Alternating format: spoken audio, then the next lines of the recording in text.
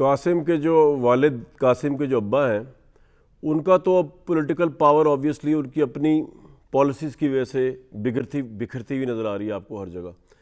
तो फोकस आ गया है बेसिकली पाकिस्तान तहरीक इंसाफ के चेयरमैन से पीडीएम के ऊपर।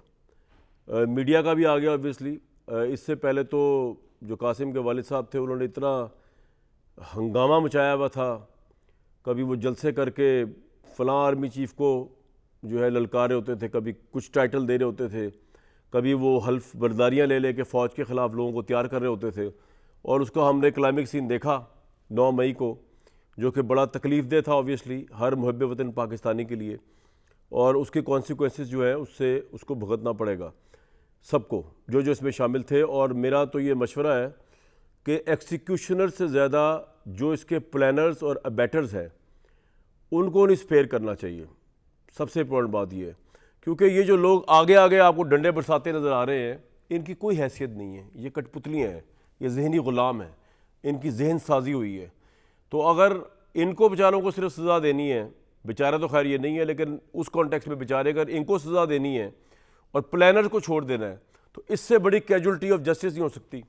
और अफवाज पाकिस्तान के जवान ऑफिसर्स अगर इंसाफ का मुतालबा कर रहे हैं 9 मई के हवाले से, तो इंसाफ तभी होगा मेरी अपनी नाकिस राय में कि जिस वक्त अबैटर्स एंड प्लानर्स, ये 2 लफ्ज़ बता रहा हूँ आपको मैं, प्लानर्स एंड अबैटर्स, यानी कि जिन्होंने प्लान किया और जिन्होंने हौसला अफजाई की, फैसिलिटेट किया, ये करो वो करो, प्लानिंग बनाई, जब तक इनको आप पहुँचाएंगे नहीं अपने जायज़ मुकाम पे, तब तक पाकिस्तान की रियासत जो है उसकी जो सैंक्टिटी पे हमला हुआ है उसका हिसाब किताब जुडिशल हिसाब से, इंसाफ के पैमाने से वो बराबर नहीं होगा।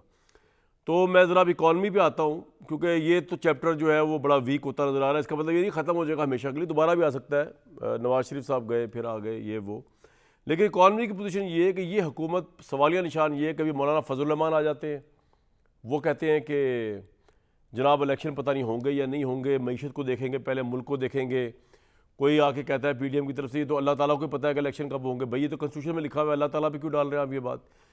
तो लग ये रहा है क्योंकि इकॉनमी संभली नहीं इनसे, और इकॉनमी ना संभलने की वजह से ये अभी भी, जबकि पीटीआई को इस वक्त पीटीआई स्कैटर्ड है अपनी और अपनी लीडरशिप की हरकतों की वजह से, ये इलेक्शन का ख़तरा मोल नहीं ले पा रहे।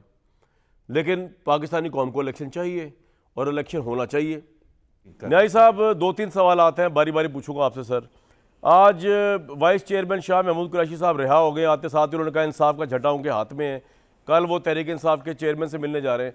कोई ब्रेक थ्रू आ सकता है ये जो सारा मामला चल रहा है, या 9 मई पे कोई कॉम्प्रोमाइज़ आपको नज़र नहीं आ रहा किसी तरफ से? नंबर 1, या वो मुतहद कर सकते हैं शाह महमूद इस पार्टी को और उनकी बात सुनेंगे वो खान साहब?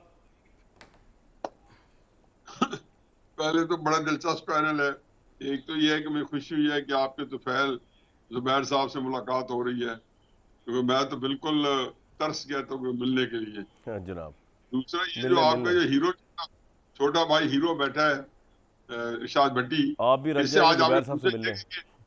अच्छा, इससे पूछे किस मार पे है, ऑन ए लाइटर नोट। भट्टी साहब ये आपने पूछना है, ये काम ना था किसी मार पे कर रहा है, मुझे यकीन है इसकी फिक्र है, ये अभी बच्चा है, ये नो को नापुख्ता फैसला कर बैठे और कोई आपकी फिल्म के अंदर जो है ना ये कहीं पे फंस जाए। अच्छा, ऑन ए सीरियस नोट, इनको हीरो बना दिया आपने। जुबैर साहब से मिलने की ख्वाहिश थी, मेरे मुतालिक आपने कोई बात ही नहीं की। चले खैर कोई बात नहीं सर, आप सीनियर हैं, आप फरमाएं। आप तो बहुत बड़े आदमी हो। आप मैं कब से आप कह रहे हो कि मेगा स्टार, कब कहा था?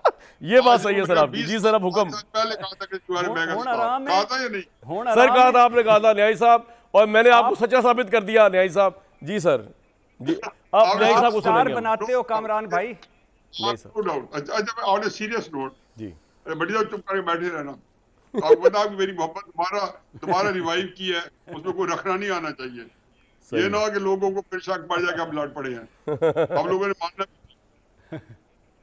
जी जी नहीं। अच्छा, देखें, ये बात यह है कि शामिल कुरैशी साहब ने पिछले साल तो नहीं 2021 में अपने जो फैमिली के जो उर्स मुबारक के बहादुर ज़करिया साहब के उर्स मुबारक पे एक बड़ी खूबसूरत बात की थी। उन्होंने फरमाया था कि बहुत जल्द आपके भाई, हालांकि वो भाई नहीं थे, मुर्शद थे वहां पे, बहुत जल्द आपके भाई जो है उनके नारे कराची से लेके चित्राल तक लगेंगे। तो तब भी मैंने एक कहा था, उसी दिन को हम प्रोग्राम कर रहे थे, मैं कहा डरो उस वक्त से जब भाई के नारे कराची से लेके चित्राल तक लगने हैं। ये हमारी सियासी बातों की बदकिस्मती है कि उनके जो लीडरशिप के नीचे जो 15-20 जो लोग होते हैं वो एस्टेब्लिशमेंट के साथ बड़े ही जिसको कहना चाहिए एटीज होते हैं, उनके साथ उनके तल्लुकात बेहतर होते हैं। भुट्टो साहब से लेके और आज तक यही एक कहानी है, यही एक दास्तान है।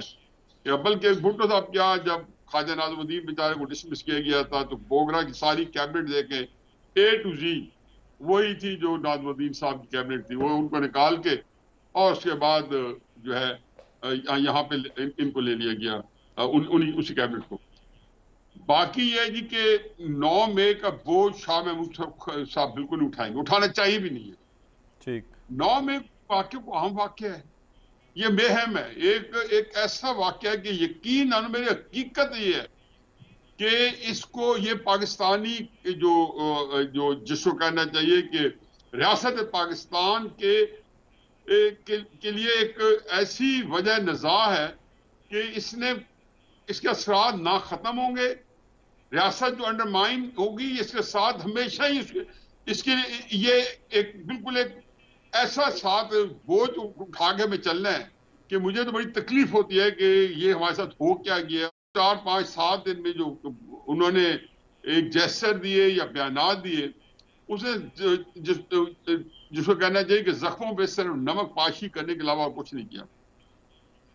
बाकी तहरीक इंसाफ का कोई बंदा भी 9 मई का बोझ उठाएगा। अब बात गेम क्या हो रही है जी, गेम सिर्फ नहीं हो रही है कि एस्टेब्लिशमेंट के अंदर चॉइसेस उनके पास बहुत कम है। ये जुबैर साहब की पार्टी जो है ये इररेलेवेंट हो चुकी है। देखो जुबैर साहब से जैसा बंदा, जब उस हमजा शहबाज साहब, जिनको मैं खुद जाती तौर पे बहुत ही बड़े शरीफुल नफ्स आदमी है, हकीकत में पसंद है, लेकिन मेरी पसंद का मतलब है कि मैं उसे पंजाब को वजीर आला बना दूं। और ये मैं यकीन से कहता हूं कि इनके दिल के अंदर फरोले ये लोग कोई भी इस बात में मुत्तफिक नहीं होगा और ये चीजें इन पे ठोंसी जाती हैं। ये हमारी पार्टियों का एक वो है, उसमें ये नहीं है कि मियां नवाज शरीफ साहब की यही ख्वाहिश होगी, लेकिन इनके खसूसन मुस्लिम नून के अंदर अरेंजमेंट ऐसी है कि वहां लीडरशिप की यकसुई आज भी नहीं हो सकी।